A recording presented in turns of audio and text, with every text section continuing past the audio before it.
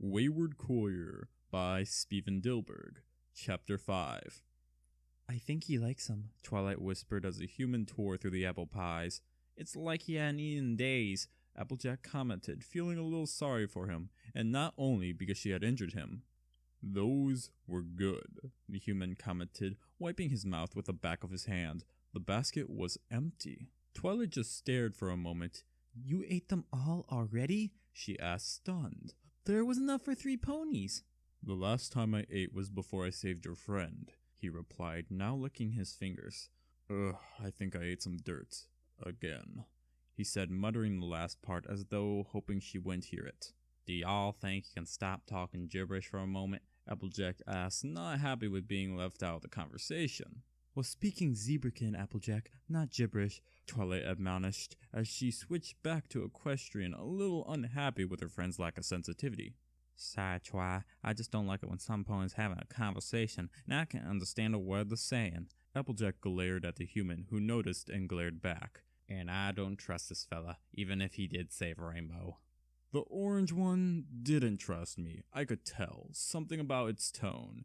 I sound crazy, I know, that's why I'm telling you this. No one else would even consider what I'm saying to have any truth to it. I talked to my own brain in a jar, and this sounds crazy even to me. What did they look like? Guess I never really told you, huh? Okay, the purple one with the horn, Twilight Sparkle, she had a purple coat. Her mane and tail were a darker purple. Somehow they had a hot pink stripe running through it. On her flank, yes, I looked at her flank, what of it? Anyways, there was a strange starburst symbol kind of thing there. What colors? The star itself was bright pink with 6 points. There were 5 stars around it, all white with 5 points. I'll try to draw you a picture later. The other one, the one with the Stetson, her name was Applejack. I know the name sounds stupid to me too. Anyways, she was orange. Her mane and tail were blonde. I mean the clean kind of blonde you'd see on people who were still, you know, able to bathe on a regular basis. I can't remember the last time I had a bath. They were both tied up into a ponytail. Yes, a horse with 2 ponytails. One of them was her actual tail. Sounds stupid, I know. And of course, a Stetson. How she had a Stetson, I had no idea. I still don't know. Her flank had 3 apples. Just apples, yes, nothing special. The building I was in, there were a hell ton of books on the walls and shelves. So, a library. And when I say a hell ton of books, I mean there were probably more intact books in there than there are in the Mojave combined. Did I tell you how tall they were? No? Okay, well they were about 4 feet high at the head, maybe taller. What? You're telling me they're actually called ponies? I thought that word only existed in their world. Okay, this is some seriously weird crap. You have any idea how that even makes sense? If it makes sense? So, what you planning on doing with this fella anyways? Applejack asked, taking back the basket. He'll need a place to stay, Twilight mused. I don't have much room here, so... She turned to her farmer friend expectantly. I ain't letting him stay at the farm, Twi, Applejack replied. But why not? Because there ain't no telling just what this fella might do. Didn't Rainbow say they killed a pair of manticores? She pointed an accusing hoof at the human. I don't want anything like that anywhere near my kin. It only killed them because it saw that she was in danger. Applejack noted the hesitation in her voice. If you're so sure, then why don't you ask him? Twilight turned to the human, who had been watching them the whole time. Excuse me, Mr. She trailed off awkwardly. Do you have a name? He seemed to laugh at the idea of not having one. Of course I have a name. For now, though, you can just call me the Courier. Twilight was not amused by his answer. That's not a name, that's a job title. A title, yeah, one I'm fond of. The Courier scratched himself. After all, that's what I did for a while, so... He asked abruptly, what do I call you, little purple horse? My name is Twilight Sparkle, and I'm a unicorn. Twilight replied, unhappy with how the conversation was going. That's my friend Applejack, and you're in my home in Ponyville, which is in Equestria. The Courier processed that information slowly. Well, there goes all hope of being anywhere on Earth, he said. Earth? That's a strange name for a world, Twilight commented. Well, I didn't name it, the courier responded harshly, as though being accused of suffering a lack of imagination. I just live there. Okay, Twilight said carefully, a little worried of the perceived aggression. So, where are you from? She asked, her curiosity getting the better of her. The city of New Vegas in the Mojave Wasteland, he answered. Well, not exactly, but that's where I live now, kind of. Twilight's question was interrupted by Applejack. Dang it, Twi, could you not do that? The farmer asked indignantly. And what'd he say? He says to call him Courier, and he's from somewhere called New Vegas. Applejack looked at her expectantly, and Twilight blinked in confusion, further aggravating the farmer. I asked you to ask him why he killed the manticores. Oh, right, Twilight replied sheepishly. She turned back to the human. Mr. Courier, why did you kill the manticores? Manta what nows? He asked in confusion. The two things you killed in Everfree Forest, she elaborated. Oh, those, he exclaimed. Well, the first one I was pretty sure was attacking an intelligent creature, one that came from somewhere resembling civilization. I had no idea at the time, though, he explained. Glad I did. The second one probably heard me talking with your colorful friend. Twilight turned back to Applejack. He says he killed the first one to protect Rainbow. The second one was self-defense. She translated to the farmer, hoping it would help her relax. It didn't.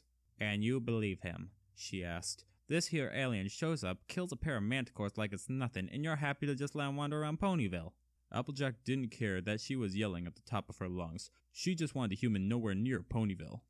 I couldn't understand a word that was being said, but I didn't really need to. The orange one seemed happy to run me out of town. I didn't have much to work with, though. Threatening them was only going to end badly. It always does. I knew I had to talk to her, but there was no way I'd be able to pull that off. Language barriers frickin' suck. Of course, I'm a quick thinker. Wouldn't be running a casino if I wasn't. But, as is natural in such situations, I needed help. Twilight, I asked. Yes, I asked a damn pony for help. Is there any way you can get your friend to understand what I'm saying? She seemed shocked. Probably doesn't help that I was looking pretty damn angry. That's what I was told anyways. I wouldn't have a clue. You just don't notice it yourself. I guess. Are you sure that's a good idea? The fact that she was concerned for my safety was one of the reasons I liked her. Probably not, but I'll risk radiation poisoning and broken ribs if it gets her off my back. Speaking of radiation poisoning, I could feel the effects of it. It was taking everything I had not to throw up. It also felt like the room was spinning. I might be able to get her to understand Zebrakin with the translation spell. She was obviously weighing her options, but it would only be a one-way thing, and temporary. Not a perfect solution, I know, but better than nothing, right? That'll have to do. He wants to speak to you directly, Twilight said in response to the farmer's most recent angry outburst about being left in the dark. And how is he meant to do that? Applejack asked, her anger mixing with curiosity. If you stay still, I should be able to make it so you can understand what he's saying, the unicorn explained. I'm not sure how long it'll last though, she said, her horn glowing purple. After a few seconds with nothing seemingly happening, Applejack spoke up. Well, aren't you doing this? I think she already did. The farmer jumped and turned to the source of the new voice, the human. Nice hat, by the way, he said with a nod. Thanks, the orange pony said carefully. He can't understand you, Twilight said as the courier looked blankly at them. I want you to listen to what I'm going to say, he said. It might help you understand why I am the way I am. Applejack nodded wearily. Barely 2 months ago, I was in a battle, most recent in a long war between the New Californian Republic and Caesar's Legion. Both ponies stared at him. The concept of war, while not alien, was one they found almost impossible to grasp. Before that, about 200 years, a war my ancestors fought nearly wiped out all life on the planet. We're still picking up the pieces, he said bitterly.